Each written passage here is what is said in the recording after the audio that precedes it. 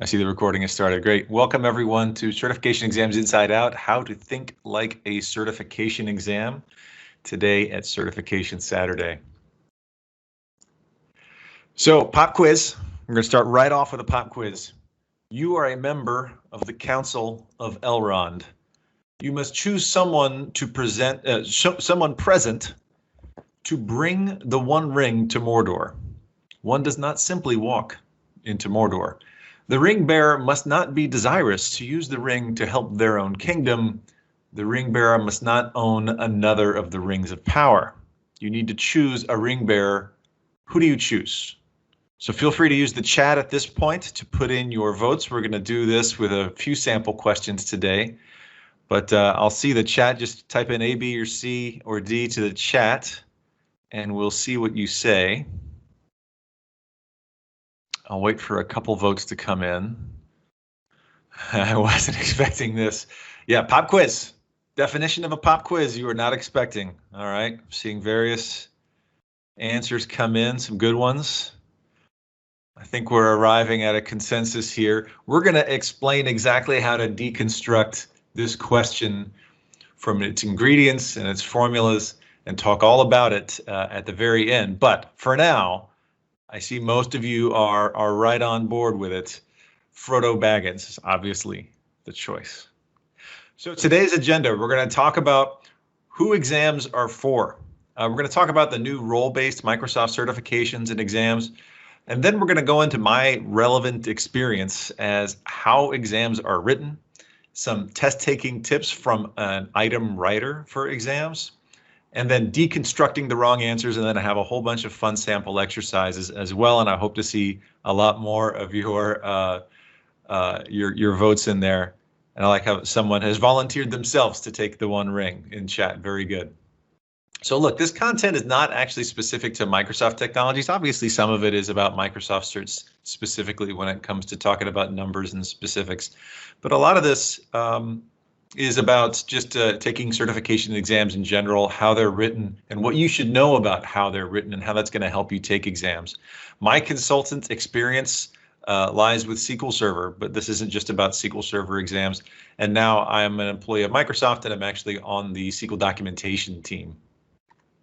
So here are some statistics about both Microsoft and CompTIA, talking about how employees who are certified being more productive, they respond better, they have potentially better careers, and they're more respected by employers, especially in the job market. Does a certification exam make you a better database administrator or systems administrator or developer?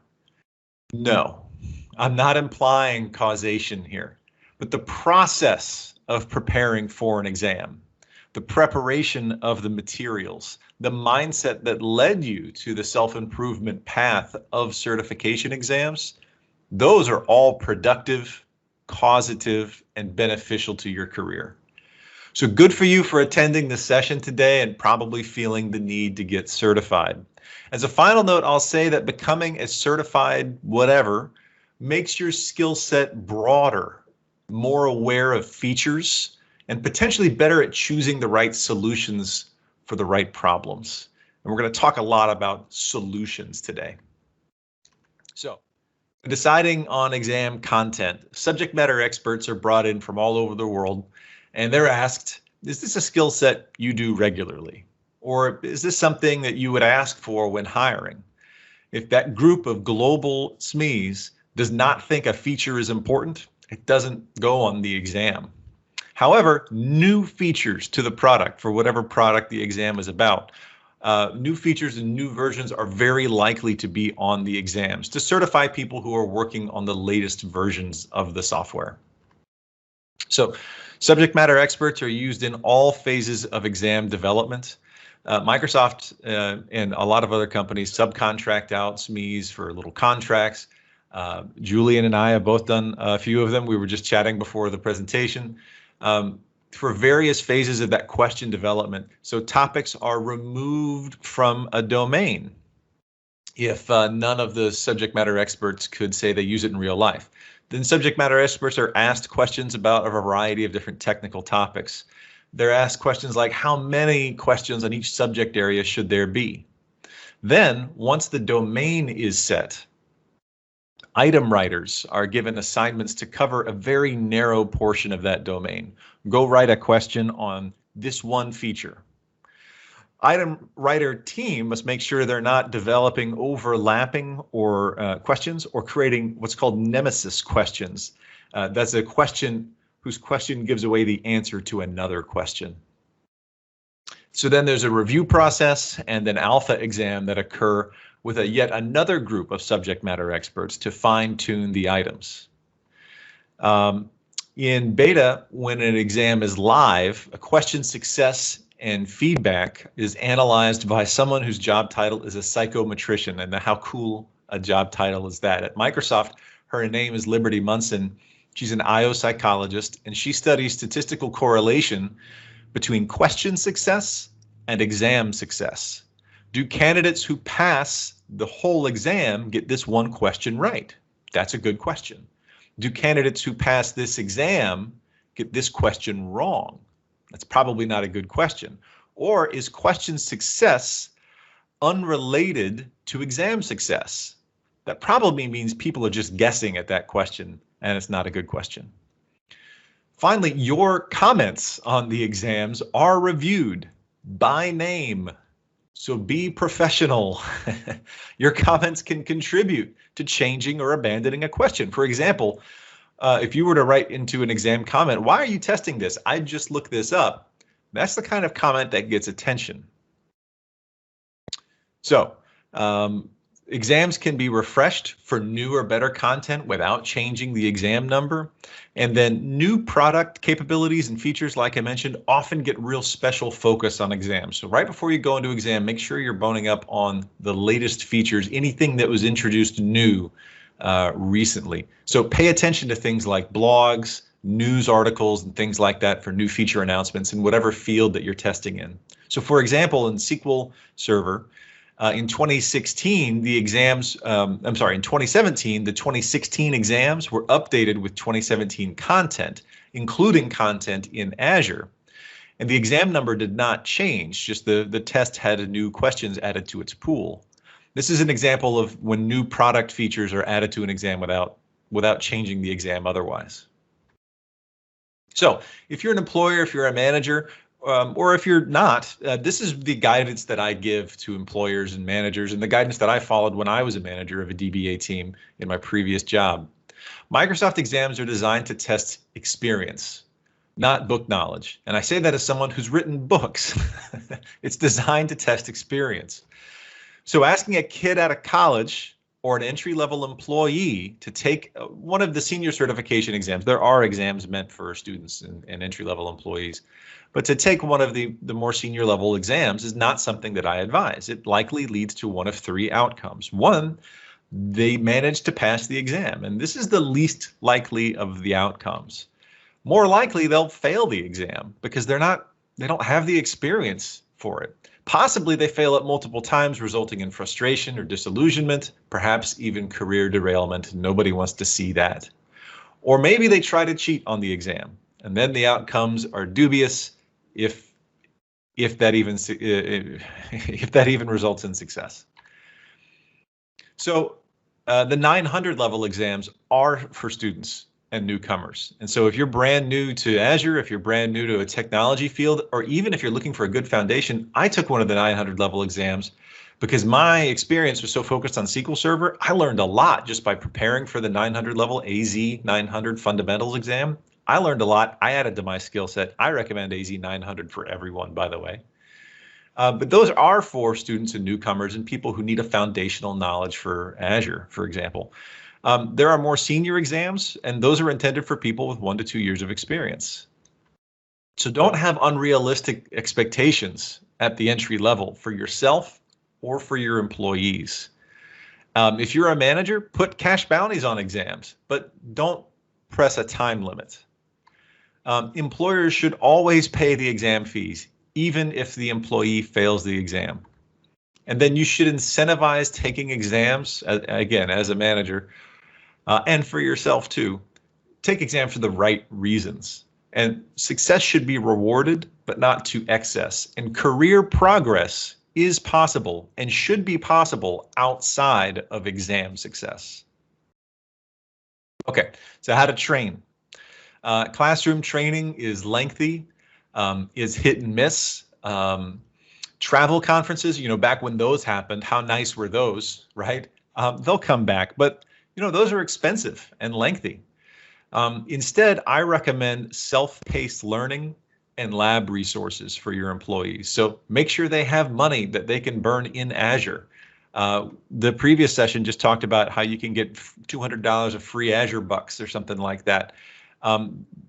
You'll burn through that in a month if you really get to studying. So make sure that your employer is supporting you in this way. If you're in consulting, like I was in my previous job, then classroom learning is a double whammy because you're losing the billable hours and you're having to pay for the cost of training. And if you're going to do travel conferences, I require knowledge transfer afterwards. So if somebody comes back from a conference, they got to give a lunch and learn on everything that they learned. And it better be detailed too, right? It makes the notes that the conference attendee takes a little more detail oriented. And then if the conference, like a lot of Microsoft conferences, again, back when those happened, if they have a hands-on lab area or sample labs or something like that where you could sit down and learn something, require proof of hands-on lab completion when you send your employees off. Or if you're going to a conference, make sure to take advantage of those things. Come back, prove that you got your money's worth out of that conference. So these resources should probably include things like Azure credits for self-paced learning again. And then employers should definitely take advantage of, employees should definitely take advantage of the free stuff before they expect their company to invest a serious amount of money in them. So for example, you're doing it right now. Give yourself a pat on the back. You're doing the free stuff. Make sure to tell your boss about this on Monday and your future employers about events like this on Monday. Okay. So a little bit specific about Microsoft certification exams and recently, and I'm not going to go into a deep dive on this, but just one slide. So if you're familiar with the acronyms MCSD, MCSE, MCSA, well, so those have gone away. If it started with a 70 or something like that in the exam number, that exam has almost certainly been retired or will be retired by January of 2021. And that deadline was actually moved back. Well, so it's already retired. I don't think they've moved that deadline back again, but they did move it back because of COVID-19. So all the exams that were associated with MCSA, MCSD, MCSE, those exams are probably not offered anymore. But if you earned them, those certifications themselves will remain on your Microsoft transcript and remain active until next summer, June 2022. That's the latest information that I had. Over the past few years, then, exams starting with letters like AZ, DP, and AI, for example, are the newer exams that you're looking for. The older exams, the ones that started with numbers that we've had all along, were technology or platform based. For example, a SQL Server administration exam. Now, Microsoft exams are role-based, so there will not be a Windows Server 2019 exam or a SQL Server 2019 certification for those products. Instead, there will be exams focusing on roles like Solution Architect, Enterprise Administrator, Azure Data Engineer, Azure Developer, Functional Consultant. These roles are expected to have broad experience with all the relevant features and products. So this emphasis on solutions has evolved over the last decade. It's been getting more and more solutions oriented, especially as I went through that writing process over the past decade. And so now we have these role-based certifications and exams. There's no such thing anymore as a one-dimensional certification because there are very few cases of one-dimensional jobs. This is intentional. It raises the value of your certification. The certification should mean you have broad experience. And there's a focus on that practicality and actual usage, which again, makes the certification more valuable. So last question, you're wondering, with the pandemic and where I'm from in Louisiana with hurricanes, between all that and hiding under your covers, how do you take a Microsoft certification exam? What testing center is even open right now? So thankfully, Pearson VUE and Microsoft have already offered online proctored exams, and now they have greatly over the last year expanded the availability of the online proctored exams. We talked about a little bit about this in the last session. It's a live exam, which means you are taking the exam at your home or at your office with someone actively watching you on your webcam and listening to you via your computer. In fact, this whole process is easiest if you're taking the exam with a laptop with a built-in webcam, for example. They work for the most part fine technically, though they are unforgiving. I have taken 3 online exams since the pandemic started, and each time I took the exam, new security requirements were added. And so they were asking more questions that take longer to get going, and they became more and more strict, I guess, as they started catching and looking for more things. You have to take pictures of your testing area from all the angles, from the floor and the ceiling, for example. You have to show them your ears and your glasses. You have to cover any screens around you, erase any whiteboards in view, close any window blinds. And this remote inspection process takes about half an hour sometimes, so make sure to log into your exam early to give yourself plenty of time to go through their security process. And use the same browser throughout. I recommend Chrome or Edge, which is kind of the same thing at this point.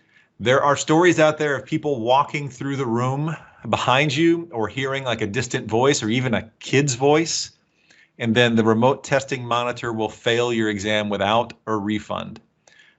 You were warned ahead of time that there can be no one seen or heard throughout the exam process pretty clearly. So make sure you're taking the online proctored exam in a place where no one can be seen or heard, including your kids and your roommates. Put a sock in your home office door. That's what I did. I told my wife and my college kid who was stuck at home to make sure not to make any noise or enter the room for a couple hours. That's what was necessary. Honestly, it worked pretty well for me so far, though my boss at my last job had an issue with his browser. I think he switched the browsers at some point and he lost his exam slot and he had to fight for a refund and all that stuff. So even after the pandemic passes, I might still consider online proctored exams just because it saves a lot of hassle and travel, and it worked pretty well. One last note about beta exams for Microsoft exams specifically. Registration codes are made available for beta exams on a first come, first served basis. And you can take new exams, and usually they offer a discount, although I think I just saw that they're not offering that discount anymore. It's the same price as a regular exam in the last beta thing that I saw. With a beta exam, you don't find out whether or not you've passed right away. They evaluate the outcomes of the beta process and questions. And so, for example, I took the DP300 and DP900 beta exams last year, and it was 2 to 3 months before I figured out whether or not I had passed. So right now, for example, AZ140, configuring and operating Windows Virtual Desktop on Microsoft Azure, is in beta, and you can find out about exams that are in beta on the Microsoft Learn blog. And the advantage of that, of course, is that you get that certification before anybody else does on the job market, right? Okay, and then right now, through the end of this year, anyone can schedule a Microsoft Cert exam for $15, 15 US dollars. And there's an offer here, docs.microsoft.com/learn/certifications/skilling offer. Okay, so what's on a certification exam? Straight from Microsoft.com.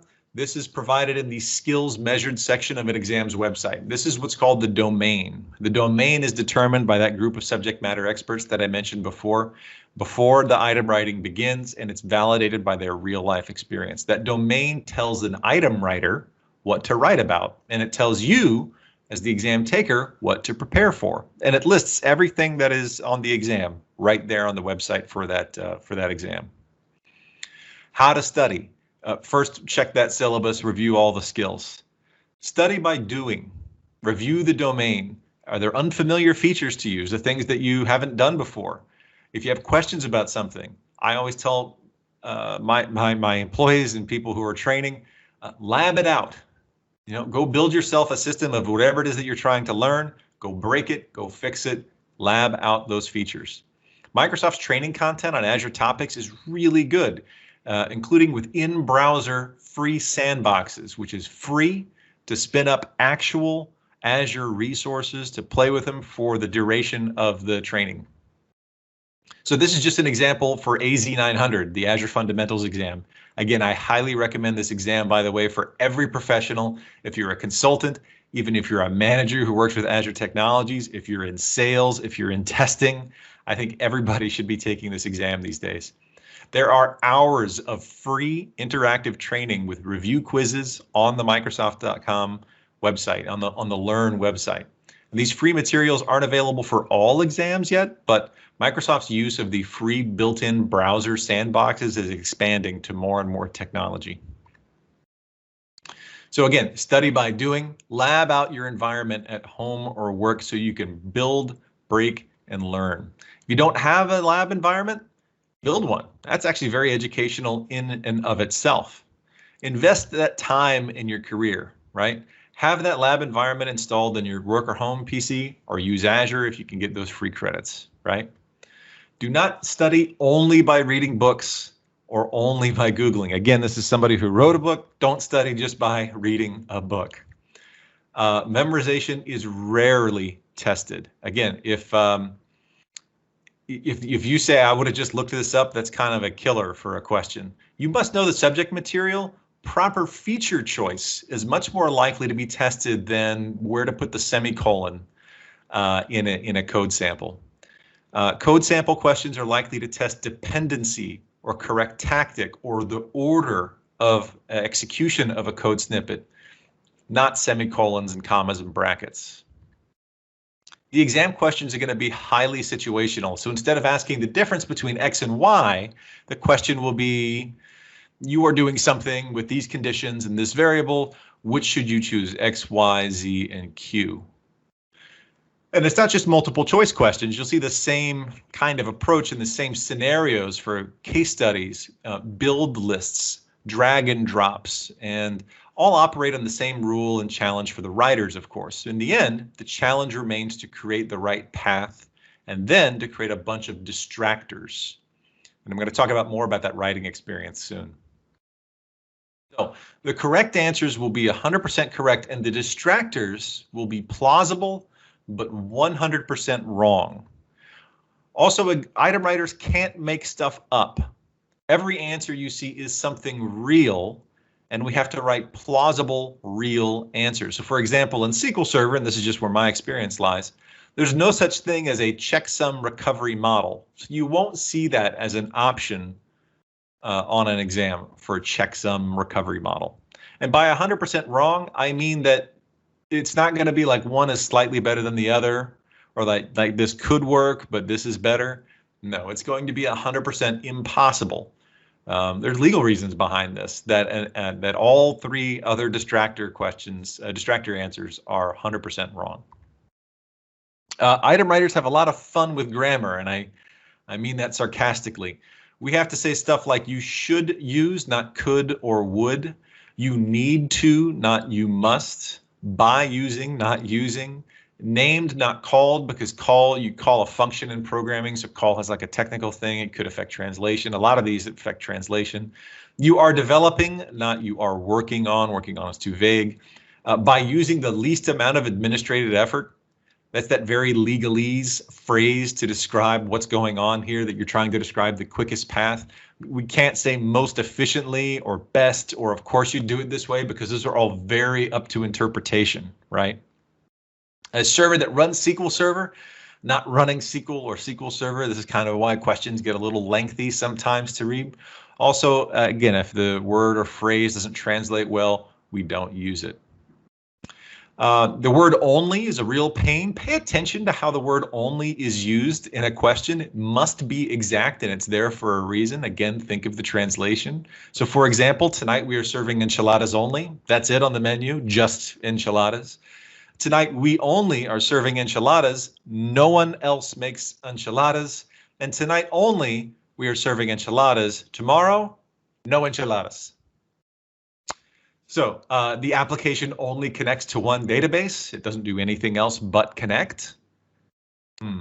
The application connects to only one database. It connects to only one database. It reads and writes from only one database, and that's more likely the intention. So again, pay attention to the way only is written.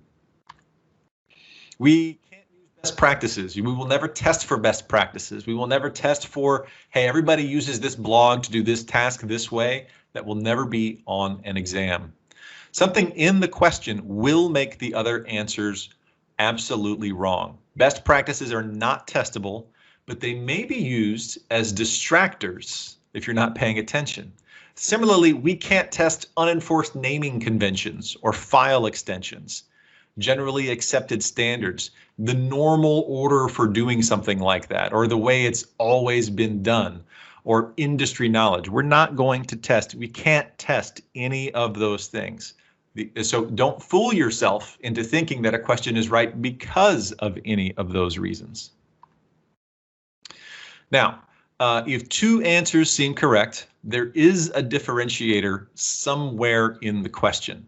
Read the question carefully and then note details. At some point, the question writer introduced a factor in the question to make sure there is only one right answer and that all the other answers are wrong. Writing the wrong answers is actually way more difficult than writing the one correct answer. Writing the one right answer is easy, and its opposite is easy, although that's sometimes too obvious. Creating two more creative wrong answers sometimes involves introducing more variables or more twists to the question. And it's difficult to keep the question simple while being complex enough to have three legitimate wrong answers. So let's talk about domain drift. It's a real problem for item writers with complex questions. So drift is when your question became so complicated, you ended up with a question on a different topic. So now you have to beg another item writer on your team to trade questions with you. Hey, I accidentally wrote a question about this. Could you switch out a question about that? So say, for example, you were supposed to ask a question, write a question about peanut butter sandwiches, and you ended up writing a question about whether utensils can spread creamy peanut butter. Stay with me. Stay with me.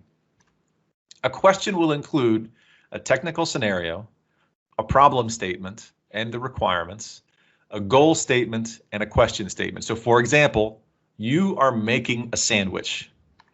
You must make the sandwich with peanut butter. You need to choose a utensil. Which do you choose? So the easy multiple choice answers become fork, spoon, knife, spork. And everyone knows that knife is correct, right, to spread peanut butter. Everybody knows that industry standard, right? It's on all the blogs about peanut butter spreading that a knife is correct. But we can't test that, right? All the other ones must be 100% wrong.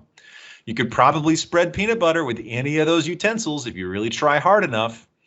Because we can't test best practices and industry standards for peanut butter distribution, we have to change our goal statement. So for example, you are making a sandwich. You must make the sandwich with peanut butter. You need to choose a utensil that will spread the peanut butter by using the least amount of administrative effort. Which do you choose? But says who? Spoons and sporks have virtually the same peanut butter delivery factors. And it could be argued in some cultures that forks are the superior peanut butter handling implements. So you have to complicate your question again to test the exam taker's peanut butter solutions delivery experience. For example, you are making a sandwich. You must make the sandwich with peanut butter and cut the sandwich in half using the same utensil. Choose a utensil that will spread the peanut butter using the least amount of administrative effort. Which do you choose? So now spoons are definitely out. You can't cut bread with a spoon. That's science. But sporks and forks, those could still get the job done, as well as obviously a knife. Spork and fork are not 100% wrong yet. So we have to change our question again. You're making a sandwich. You must make the sandwich with peanut butter and cut the sandwich in half using the same utensil. You do not have access to a hybrid utensil environment. You need to choose a utensil that will spread the peanut butter using a least amount of administrative effort. Note the random quality, the arbitrary quality of some of these factors in the questions. If you see something that seems random or arbitrary like that in a question, It's there to make an answer wrong. Now, sporks are clearly not allowed for no good real reason, right? Only a reason, the hybrid utensil environment, only a reason made up for this question. Pay attention to stuff like that in a question. Now, an answer, spork, is made 100% wrong, but forks remain a problem. You must make the sandwich with creamy peanut butter. And there's no way you could spread creamy peanut butter with a fork. Ta-da! And that's why certification exams are a little more complicated than they seem that they need to be. And that's why they take forever to read. It's because they had to make 3 answers 100% wrong. Notice all the little details that were extraneous at first. This isn't a question about sandwiches. It isn't really even a question about peanut butter. It's a question about solution selection. And in that sense, this is an extremely realistic test question.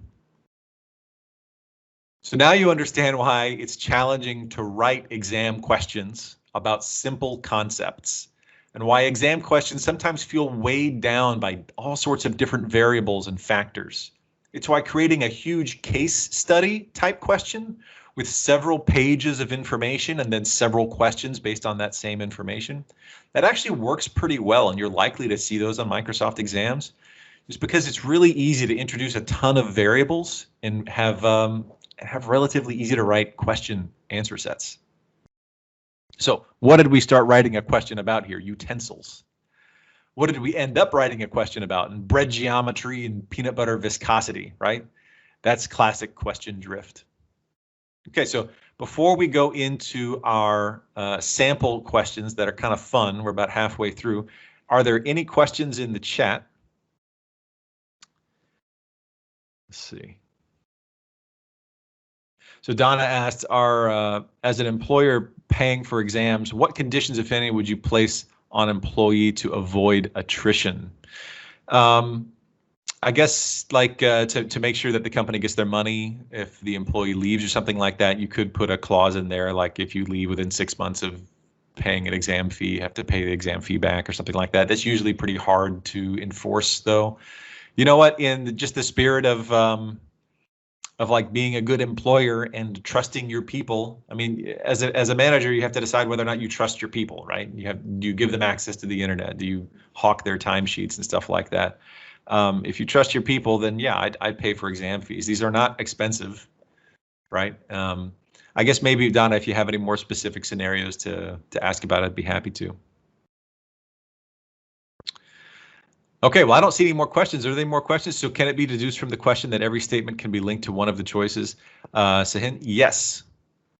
Yes. If you know the sample material, you are likely to see factors introduced into the question that make 3 of the multiple choice answers 100% wrong.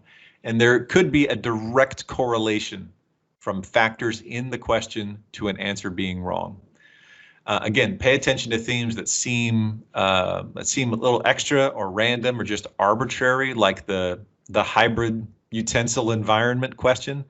I mean, I've put things into questions that are ham-handed like that just make one thing absolutely wrong and make it very clear that there's only one correct answer here.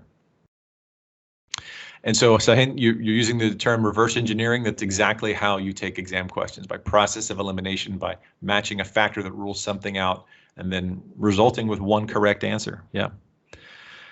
Jim asks, would you prefer to lose a well-qualified employee or retain unqualified employees? I think that's a rhetorical question, Jim.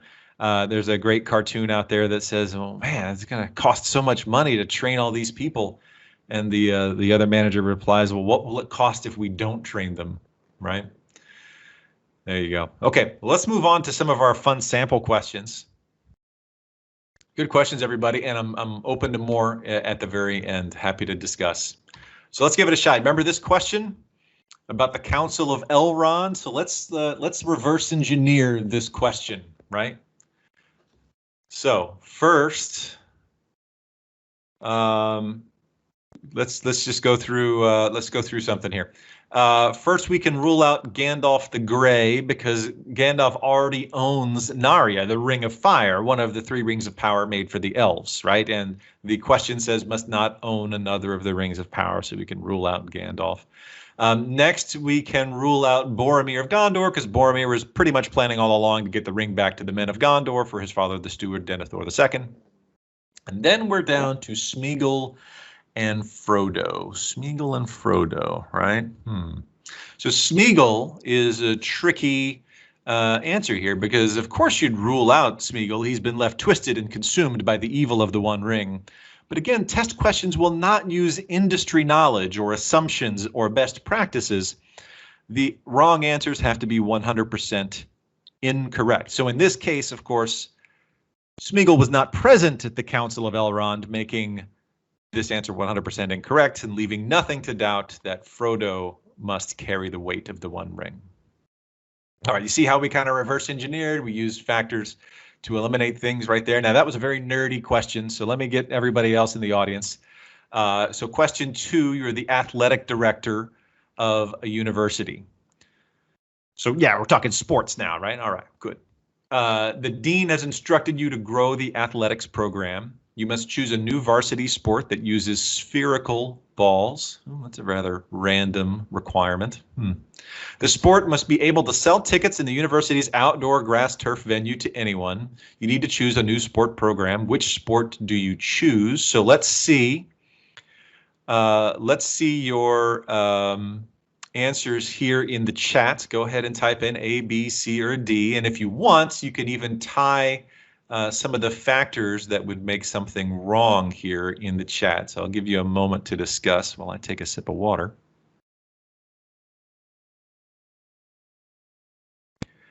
When I do this live, people are immediately shouting things out, and I guess it's just part of the pandemic lifestyle now of these conferences that things are a little more chat based. But let's see some chat. Okay, Nikos guesses D, Quidditch. What's Quidditch? Yeah, you're like me. My wife is a much bigger fan of that. Grass turf, not basketball. Very good. Very good. We got an A in there. Got another D. Let's keep going. Let's get some more guesses. B or D. All right. Got some C's emerging. Okay, so let's go through it. Let's start with that C right there. So there's a requirement to use spherical balls. That actually rules out American football, right? Because American football is the oblong pigskin, right? Yeah, not C or D. We can rule out D. Yeah, you see, on an exam like that, you miss those little details like that, and you find yourself directed to one question or another. But that's all part of knowing the source material and knowing when something like that is making something wrong, right? So grass turf, someone mentioned grass turf earlier. That rules out basketball. You can't bounce a basketball on grass. That's just science. And now we're down to baseball and Quidditch. So we've got spherical, we've got grass. What is the factor here that would rule out one of these two answers? Can anybody identify it?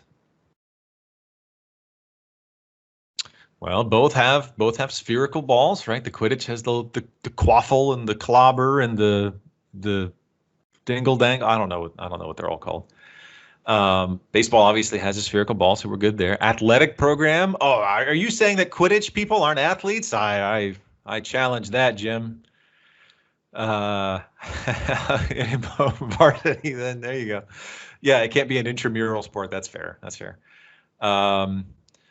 New varsity sport probably already has baseball. Okay, Neil, that's not bad. Yeah, the snitch is spherical, Janice. So at this point, my wife would be just pounding the table to answer.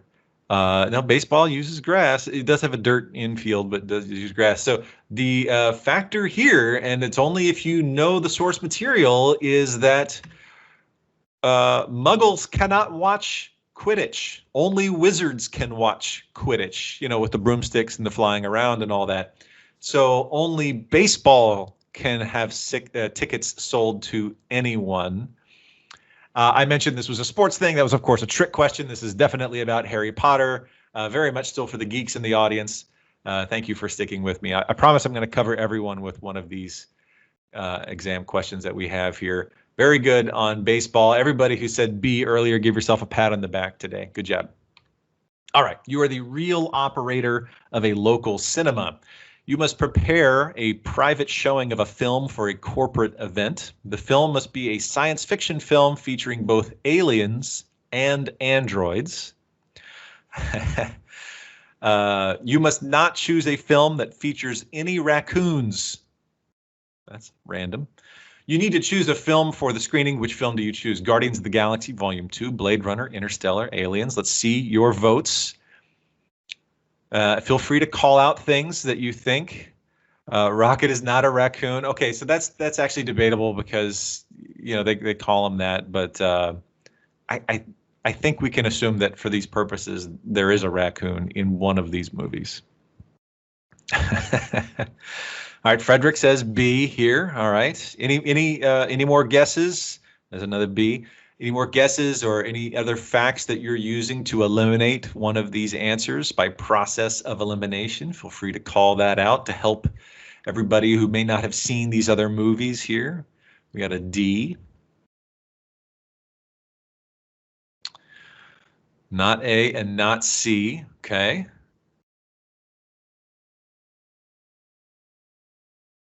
All right. Any more guesses out there?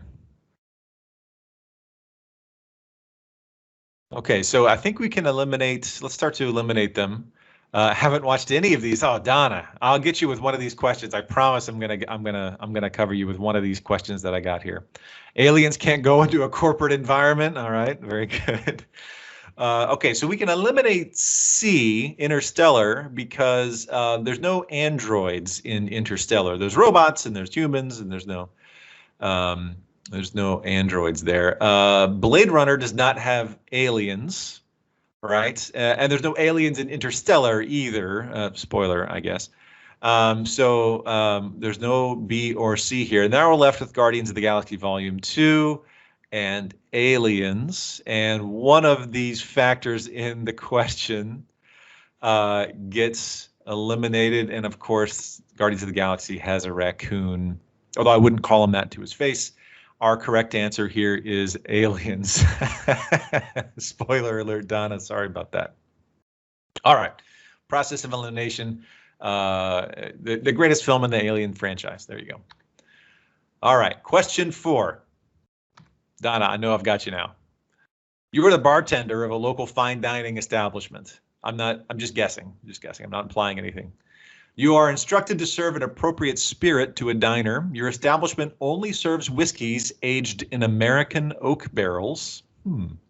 The diner has requested a malt whiskey from outside of Tennessee. The malt must not contain corn. You need to choose a spirit. Which spirit do you serve? Scotch whiskey, no E. Bourbon, Tennessee whiskey with an E. Or cognac. Okay. Now you're speaking. All right. Now I got Donna. Now everybody's on board. All right. All right. We got a B. Let's keep it going. What other guesses do we have? What do we know? We got a D. Oh, wait, no. Julian's changing his guess. That's okay, Julian.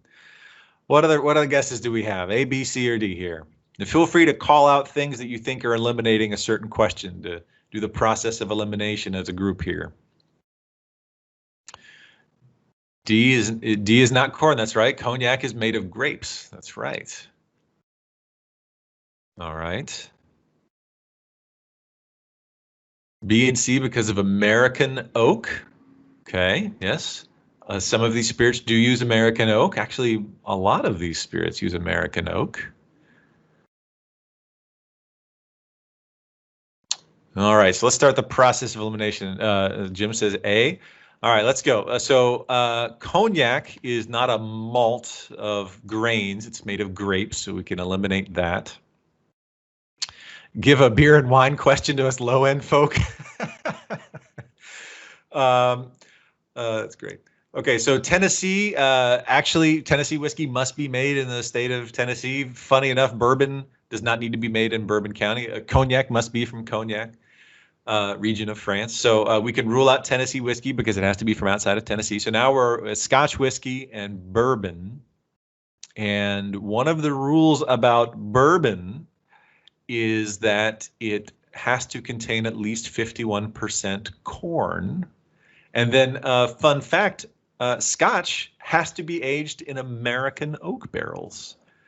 Many Scotch distilleries have private oak forests in the United States just for this purpose. And most of the time, it's a used American oak barrel from the American whiskey industry as well. All right, so Scotch whiskey, the superior spirit, is our correct answer as well. Preferably if it comes in a paper bag. There we go. All right, here we go. So question 5, you are the social media director, and I only have a few minutes left, so we'll go quicker on these. You're the social media director for a cool, hip company. Your new marketing campaign must choose a social media platform. The platform must be persistent online forever. The grandmother and crazy uncle of the CEO must not be aware of the platform. The platform must currently ban political ads. You need to choose a social media platform. Which platform should you choose? Okay. Any guesses? I'll give just a few moments for guesses to come in. If you don't have an answer, you can at least start chiming in on things that eliminate.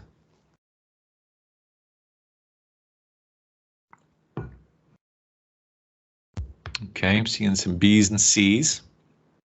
We can eliminate D because Snapchat is not persistent online forever. I have no idea about this platform. From what I understand, that's its core conceit, is that it's only temporary. All right. Grandmothers and crazy uncles, well, they love Facebook, so it rules that out. And then Twitter and Instagram.